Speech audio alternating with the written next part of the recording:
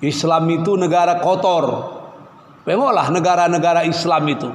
Bandingkanlah sungai di Singapura dengan sungai di Pekanbaru. Mereka bersih, bisa menjaga kesehatan karena negara sekuler. Kita kotor ini karena negara Islam ini. Jadi kalau mau bersih, campakkan jauh-jauh Islam itu.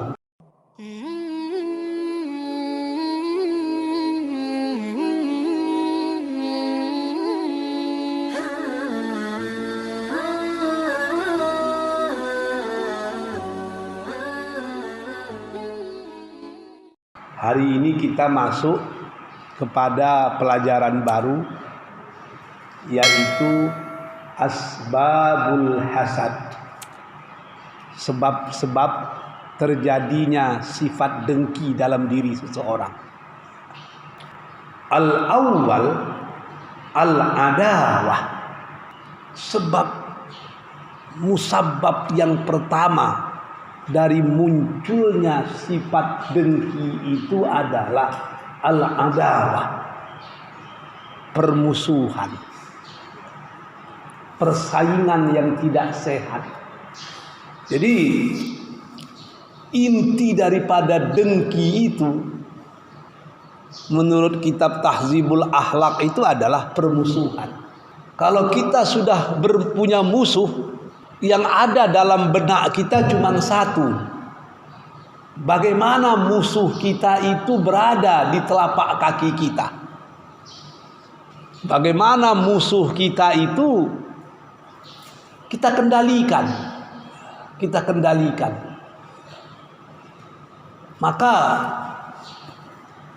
musuh-musuh Islam itu dari dulu sampai sekarang, cara merusak kita orang Islam itu metodenya sama. Cuman aktor dan kreativitasnya yang berbeda. Yang pertama, cara musuh-musuh Islam itu ingin mengalahkan kita, ingin menghancurkan kita itu,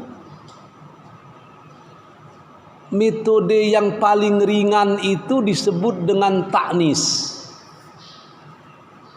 Apa itu taknis? Dipujuk-pujuk. Siapa yang keras didekati. Maka di zaman Belanda banyak orang yang mau menjadi kaki tangan Belanda, yang mau menjadi mata-mata Belanda. Kenapa? Taknis, didekati. Kalau tidak bisa didekati, naik ke level yang kedua. Namanya tashkik. Dibuat dia ragu. Banyak mahasiswa-mahasiswa kita yang sekolah ke barat, pulang dari barat, pemikirannya lebih barat dari orang barat. Kenapa? Memang dibikin ragu. Sehingga dia bingung membedakan, benar gak ajaran agama saya ini? Islam itu sumber dari kemiskinan. Apa buktinya? Tengok, negara-negara Islam itu miskin-miskin itu. Jadi kalau kita mau kaya, mau berhasil, harus dibuang jauh-jauh Islam itu. Islam itu negara kotor.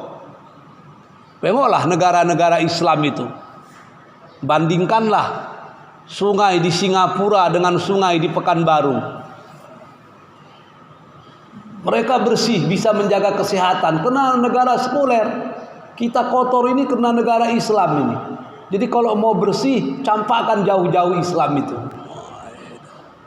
Anak-anak muda kita pun bingung. Itu yang disebut dengan tashkik. Diragukan akalnya. Itu di barat biasa seperti itu. Ada metode dialektika yang bagus. Kapan Indonesia ini maju? Indonesia ini maju ketika Sriwijaya.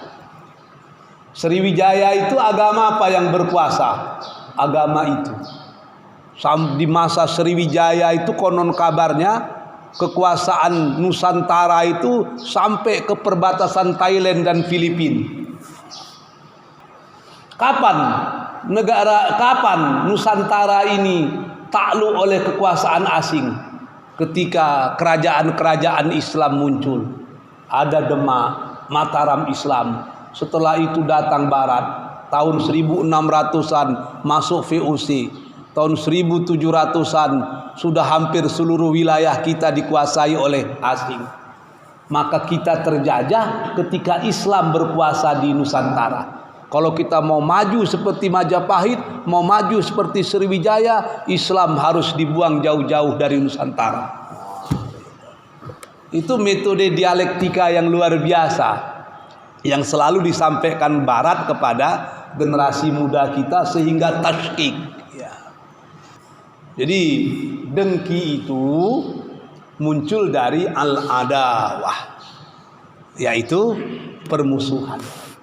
Kalau orang sudah musuh dengan kita, maka berbagai cara akan dilakukannya agar orang yang dimusuhinya itu bisa bertekuk lutut di hadapannya, baik secara lunak, ada kalanya secara keras. Yang kedua, sifat sombong itu muncul kalau kita punya sifat lain yang disebut dengan at-takabbur. At-takabbur. Apa itu? Dengki. Sombong. Takabbur sombong. Orang sombong pasti dengki. Kenapa? Sebab orang sombong itu menginginkan dia di atas dari yang lain. Kalau udah sampai pada level seperti itu macam mana lagi? Dia tidak ingin ada orang yang selevel dengan dia. Dia tidak ingin ada orang yang sejajar dengan dia. Dia harus lebih tinggi dari orang. Dia harus lebih hebat dari orang. Maka orang-orang sombong ini pasti diktator. Orang-orang yang diktator itu pasti dengki. Dia tidak ingin ada orang lain yang akan menghambat gerak dan langkahnya. Seperti Fir'aun. Dia sudah menjadi raja di raja. Bahkan sudah mendeklarasikan dirinya sebagai Tuhan. Ana rabbukumul a'la. Dapat informasi dari tukang sihirnya bahwa akan ada anak dari Bani Israel yang akan menjatuhkan kekuasaannya.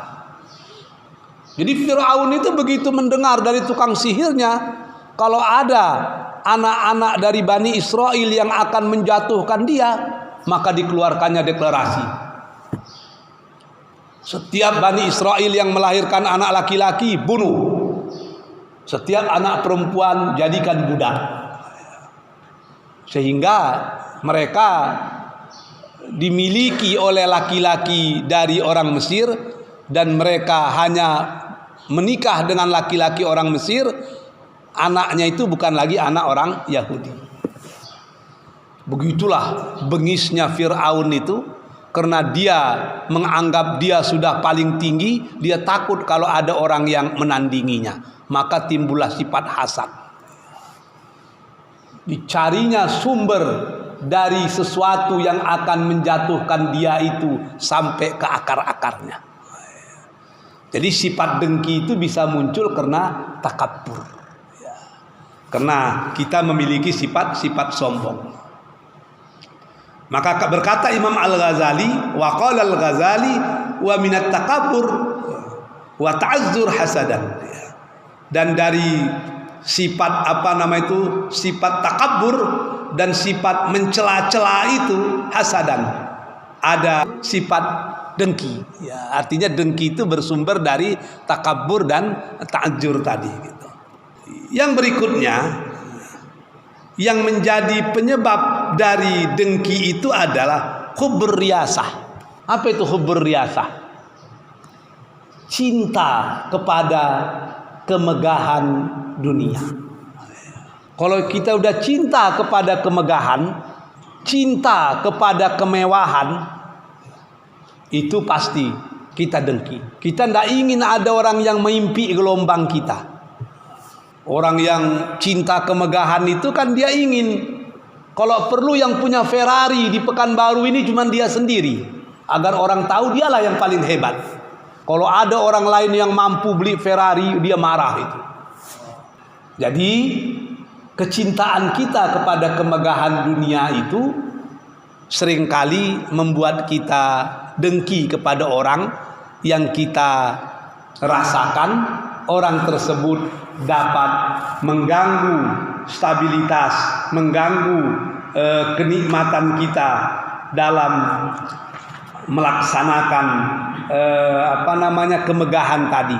Jangan sampai ada orang lain yang dia akan bisa menduduki level yang kita duduki sekarang. Yang berikutnya hampir sama juga, habsun nafs wa sujjaha bil khair li ibadillah.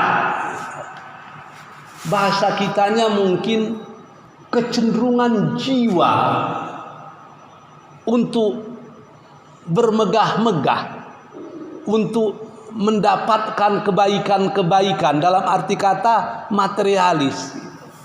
Kelompok-kelompok materialisme seperti ini ya sama saja dengan yang tadi itu akan menjadi pemicu sifat dengki, karena dia tidak menginginkan orang lain akan merasakan apa yang dirasakannya. Jadi banyak sekali penyebab-penyebab dari sifat dengki ini. Lalu pertanyaan kita yang berikutnya adalah, di ujung pembahasan ini, apa obat dari sifat dengki tersebut? Apa obatnya? Hasad, dengki. Yang dengki itu artinya apa? Seperti yang sudah kita bicarakan di awal pengajian, keinginan dalam diri seseorang agar nikmat yang dimiliki orang lain itu hilang. Itulah yang dengki.